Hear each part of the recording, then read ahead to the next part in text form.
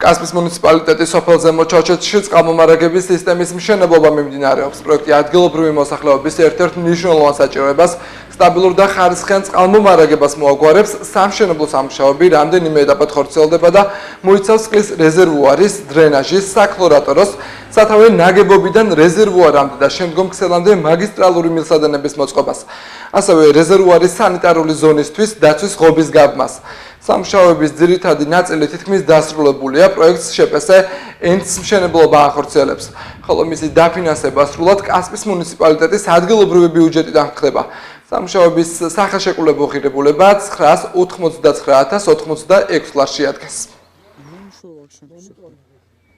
მიმდინარეობს ზემო ჩოჩეთის სასმელი წყლის სათავე ნაგებობა უკვე მომთავრებული არის. ამ ეტაპზე მიმდინარეობს რეზერვუარის მშენებლობა.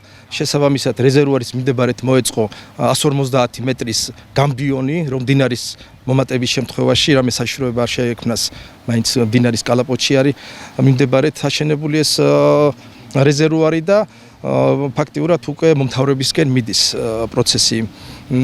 ეს მოსახლეობის ზემო ჩოჩეთის მოსახლეობის 330 კომს დააკმაყოფილებს და 24 საათის განმავლობაში იქნება წყლის მომარაგება უზრუნველყოფილი. მიმდინარეობს ზემო ჩოჩეთის წყალმომარაგების სისტემის მშენებლობა. ამჟამად ვაგეთებთ ბასეინს, რომელიც არის 300 კუბიანი და მიმდინარეობს შიდა მოპირკეთების სამუშაოები. მანამდე გავაკეთეთ სათავეზე გავაკეთეთ 200 მეტრიანი დრენაჟი და მზათა გვაქვს უკვე და შევერთებთ ახლა არსებულ წყალთან და 24 საათიანი მომარაგება ექნება უკვე სოფელ ზემო ჩოჩეთს.